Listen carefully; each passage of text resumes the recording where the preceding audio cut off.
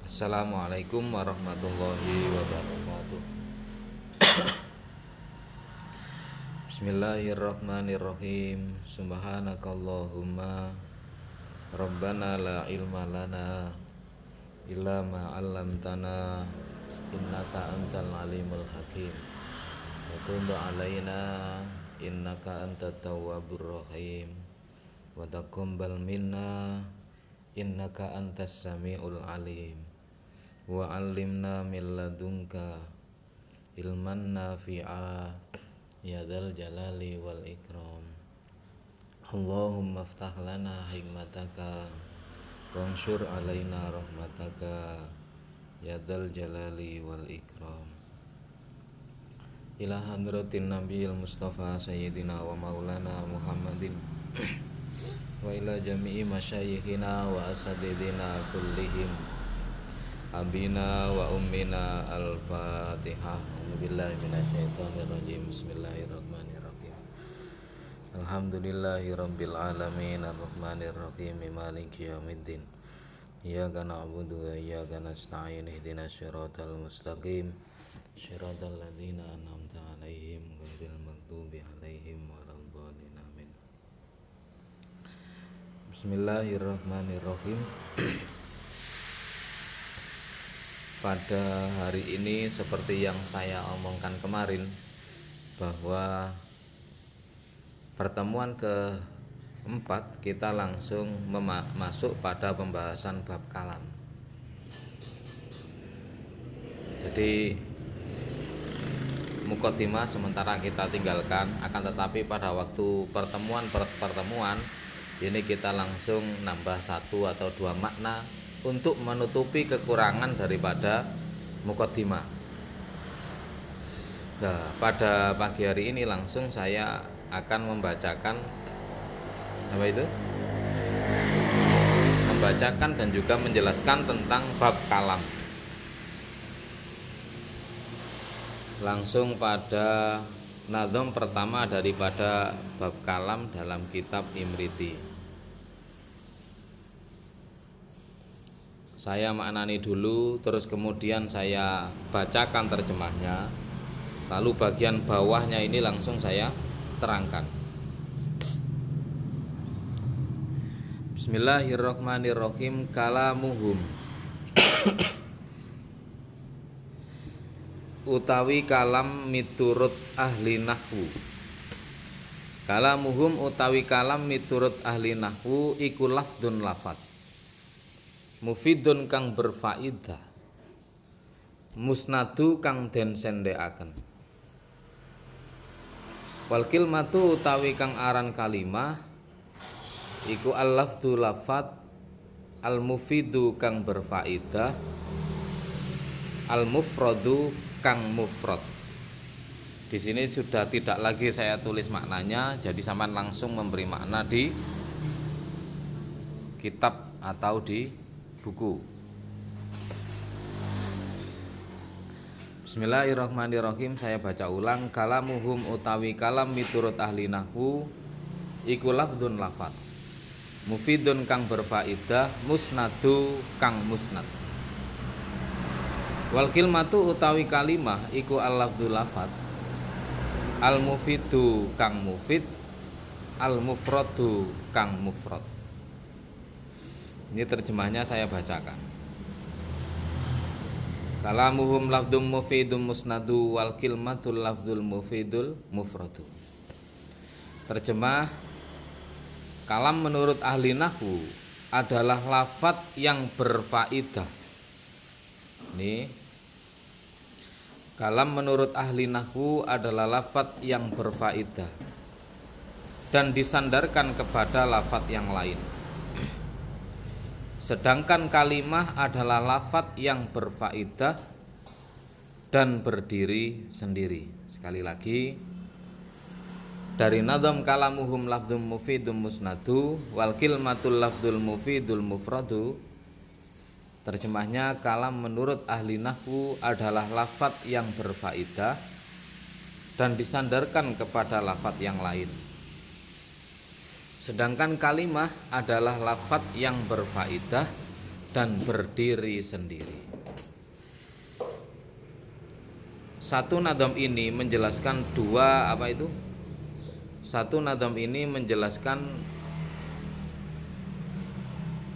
dua pembahasan. Yang pertama yaitu membahas tentang arti daripada kalam, terus yang kedua menjelaskan pengertian daripada kalimah.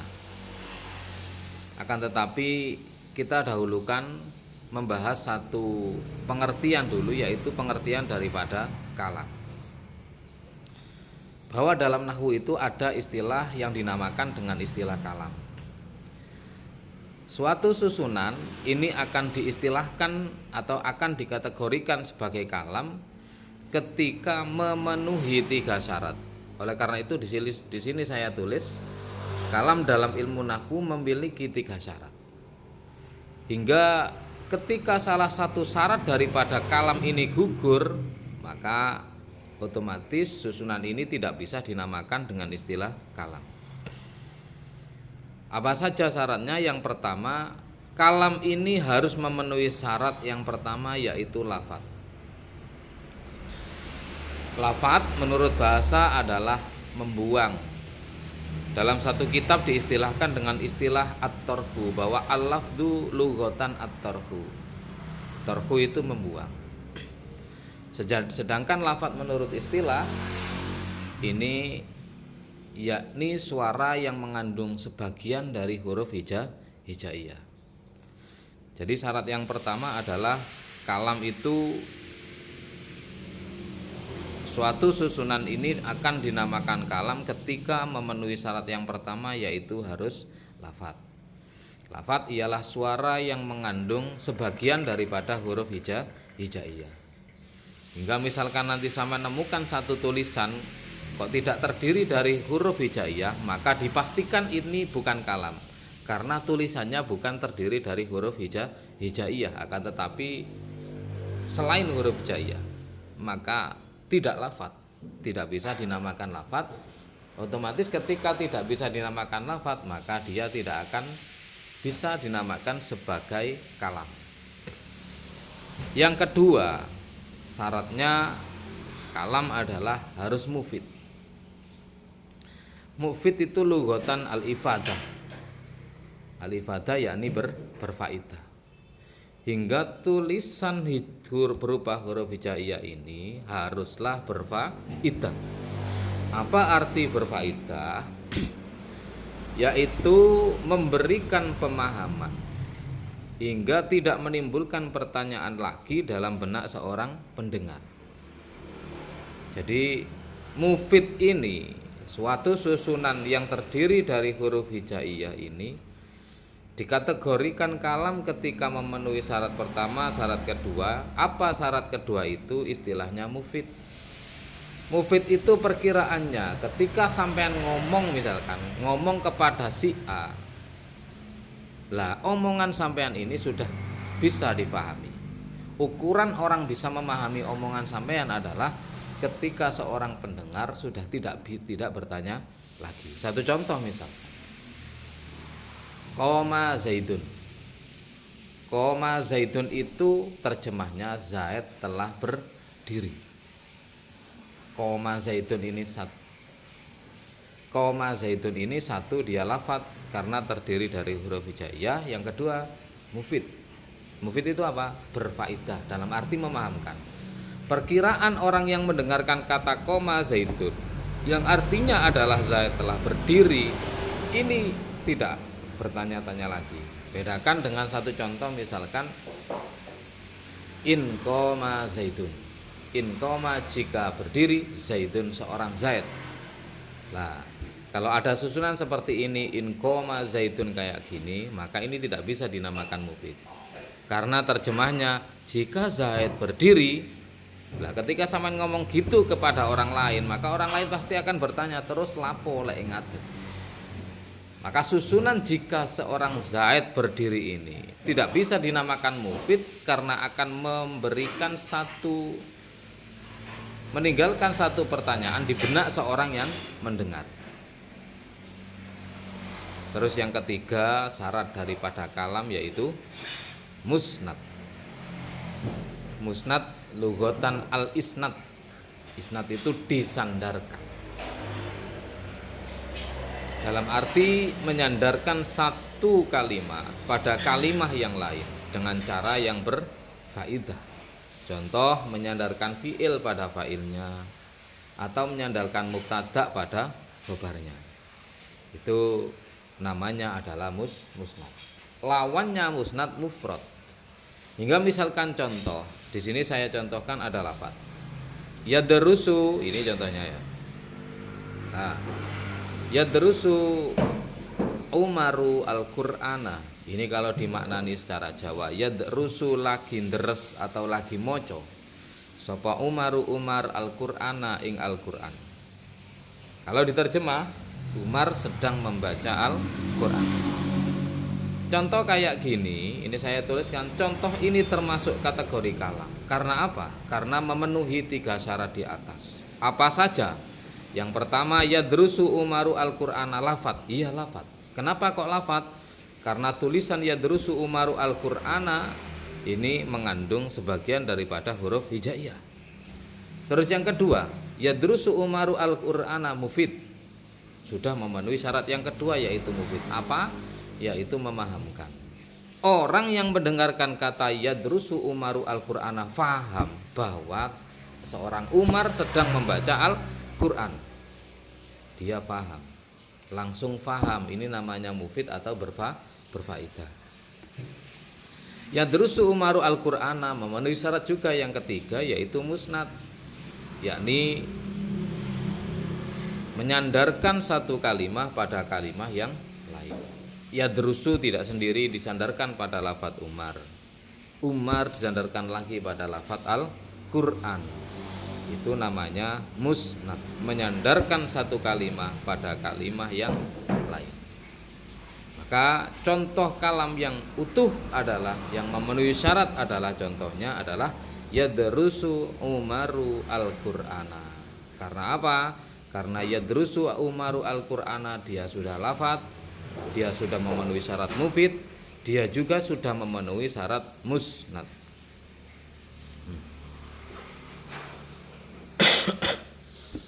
Ini saya tampilkan beberapa contoh yang tidak memenuhi syarat. Misal, ada tulisannya adalah Umar sedang membaca Al-Qur'an, tapi tidak mengandung huruf hijaiyah, tulisan biasa, Umar sedang membaca Al-Qur'an. Yang kedua, in yadrusu Umar al-Qur'ana. Artinya atau terjemah dari contoh yadrusu Umaru al-Qur'ana adalah jika Umar sedang membaca Al-Qur'an, titik-titik. Contoh yang ketiga, lafaz Al-Qur'an, artinya Al-Qur'an. Ketiga contoh ini tidak bisa dikategorikan sebagai kalam. Karena apa? Ini saya perjelas. Contoh pertama tidak bisa dikategorikan kalam karena tidak memenuhi syarat lafaz. Jadi contoh Umar sedang membaca Al-Qur'an ini bukan kalam. Karena apa? Karena susunan huruf-hurufnya tidak mengandung huruf hijaiyah. Ini tulisannya adalah tulisan Latin. Karena pengertian lafaz itu harus mengandung sebagian huruf hijaiyah. Oleh karena itu ketika ada susunan yang tidak terdiri dari huruf hijaiyah, maka laisa lafdzun, tidak termasuk lafaz. Oleh karena tidak termasuk lafaz, maka tidak bisa dinamakan kalam. Syarat pertama saja sudah gugur. Begitupun in yadrusu Umar al-Qur'an. Di sini saya tulis contoh yang kedua tidak memenuhi syarat mufid. Bahwa in yadrusu Umar al-Qur'an lafaz, iya sudah lafaz. Kenapa? Karena in yadrusu Umar al-Qur'an sudah terdiri dari huruf hijaiyah. Pertanyaan kedua, apakah yadrusu Umar al-Qur'an itu musnad? Ya musnad. Kenapa?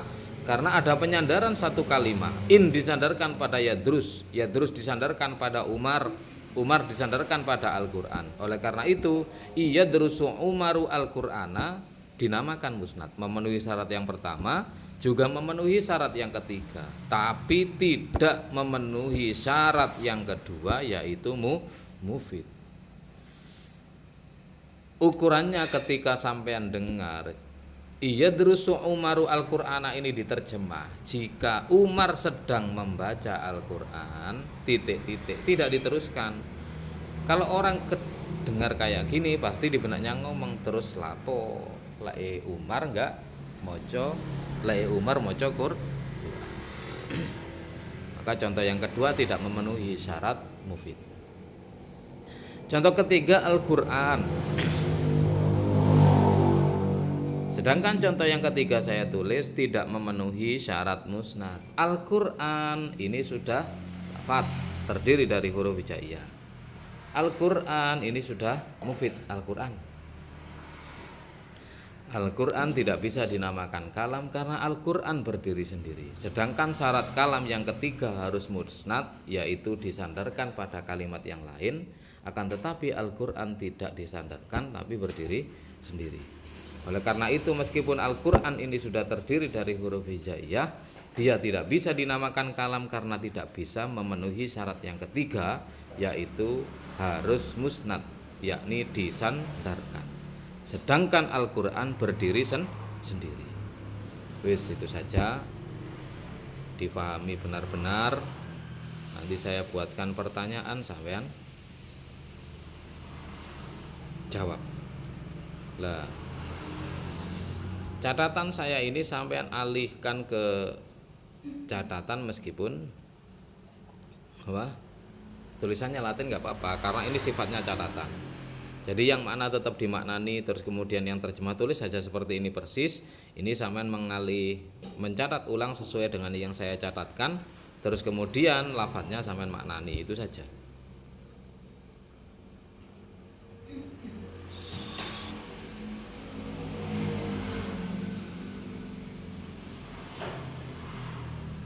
Itu